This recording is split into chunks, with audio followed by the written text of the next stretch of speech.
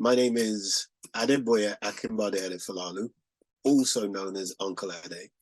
I have been a recording artist, vocal coach, university lecturer, and a manager and a music business consultant. I have clients who've won Grammy Awards, MOBO Awards, Hetty Awards, BET Awards, Gospel Music Awards, and even been nominated for Dove. Now, the experience is the mobile phone. The experience is with the mobile phone, it's not with the music. So we have to understand that so that we market ourselves differently and add that experience back in so that the perceived value increases back to where it was before. And that's really important, and we fail to do that. The record industry as a whole has failed to do that because they don't really understand the principles of marketing in terms of product versus service. Music used to be a product. It has now become reduced to a service, but we're still marketing it and acting like it's a product, and we have to address that. So we talked about why the major record companies are making so much money year on year on year on year, and what does that mean to the artist? Unlike the major record label or publisher, the independent artist is a micro label, as I've said, and it reduces the value so that they only make money every 3 years. And we have to understand, we also have to understand that given all of this opportunity, all of this technology, that we are in danger of missing a moment, and we are in danger of setting the clock back to a time when major record companies controlled every aspect of the music creation and music consumption, where we will be looking to them to go cap in hand to have them fund our campaign because we're not prepared to take the risk, that we will expect them to do all of the marketing, pay for our videos, pay for our recording, pay for our clothes, etc., etc. But here's the thing about that. If, I don't know, if anybody, and this is really important because it's really interesting because in Nigeria and in Ghana and in Africa, we are much more entrepreneurial about the way in which we provide for our families. So we might have a job, but we also have 1, 2, 3 side hustles, right? And those side hustles require us to continually invest in them in order to get something from them. So for example, let's say that you make clothes as a side hustle. Yeah, you're a seamstress. In order to be a seamstress, you have to invest in a sewing machine, your all of your equipment, your scissors, your pins, your mannequins, all that kind of stuff. You have to invest in that. Nobody else is going to invest in that for you. But once you invest in it, you control how much money you make, and no one is going to take a portion from you. If you think about this, let's say, for example, you decided that you're going to be a seamstress, but you weren't prepared to invest your money, and someone came along and said, okay, cool, no problem, I'll pay for it, but out of all the money you make, I want 80%. You'd look at them like they were crazy, but we do it with our music. And that is the problem. That's where we're in danger, because we have to address those things. So what do? What's the first steps? The first steps are educate yourself properly. Understand the music industry, understand the principles of the music industry, understand the balance of power, and understand also the tools and the things that are at your disposal to help you to compete on a level playing field. Educate yourself. Knowledge is king. Then run your career like a business. It is not a hobby, and it's important for us to understand that you have to become 3 different individuals. We'll say it like that. You have to be Ade, the husband, father, and uncle. Then you have to become Ade, the music minister, and Ade, the record company that actually puts out the music from Ade, the music minister.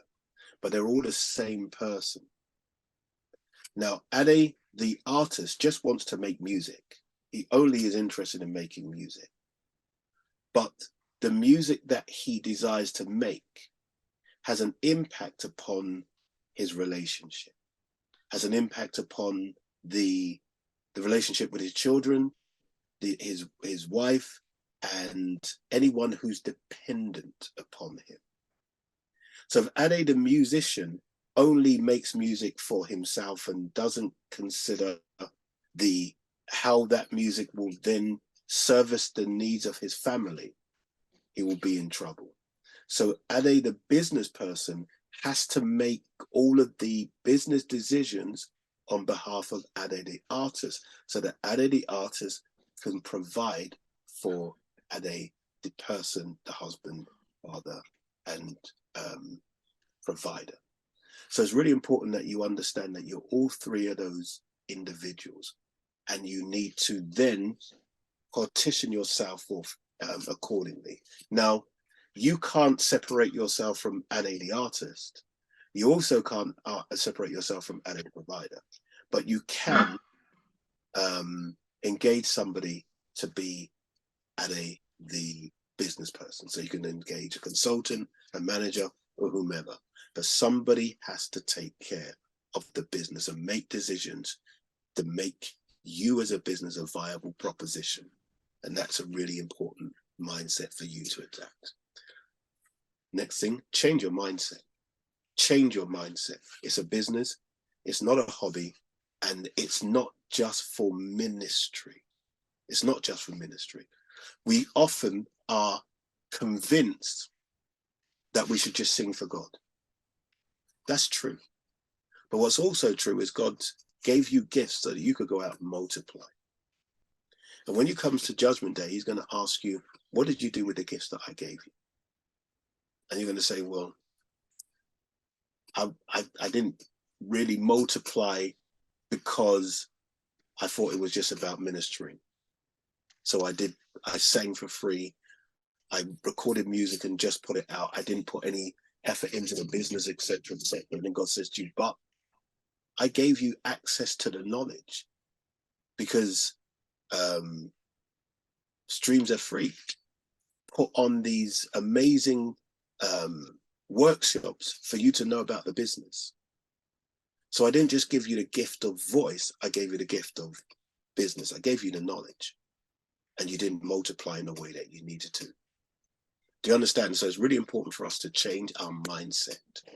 This is it, even if it's not a profit-making venture, it should not be loss-making, because you're not multiplying if you're loss-making. And we're only talking here about people who release music. Again, important. Next thing is understand the importance of building your community. We should take our lessons from the community building exploits of the cryptocurrency community, where communities are essential to the development of the value of something. So it multiplies in value. So when we talk about communities in music, we're typically talking about fan base. Without fan base, we don't have, no one was listening to your music. So it's really important for us to understand the power of community, understand the power of fan base. With community, you can leverage. And I won't go into it, it's quite a technical evaluation or ideology. But in terms of the distribution of information, 2.5% of the population influence the habits of the other 97.5%. And that 2.5% represents your community, your super fans, your hyperactive fans, your proactive fans. And it's important for you to harness that in order to succeed. You create word of mouth, you get people who will share, talk about you, be the first to buy your new music, be the first to buy your merchandise, be the first to buy tickets to your concerts, etc., etc. Your community is everything. Now we talk about, just for example, quick example, Taylor Swift's community, the Swifties, massive. Lady Gaga's community, massive. We talk about Afrobeats. We talk about Davido, 30 Billion Club. You talk about Wizkid FC. We talk about Tiwa Savage, the Savages. We talk about Burna Boy, and that is the Outsiders. And that's one of the things that we have to understand. Most of the Nigerian or African Afrobeats or Afropop, whatever you want to call it, artists have succeeded and maintained success because they understand the power of community. And each one of them, when you look at the way in which the community supports them, like ferociously, when anyone attacks them, you'll understand the power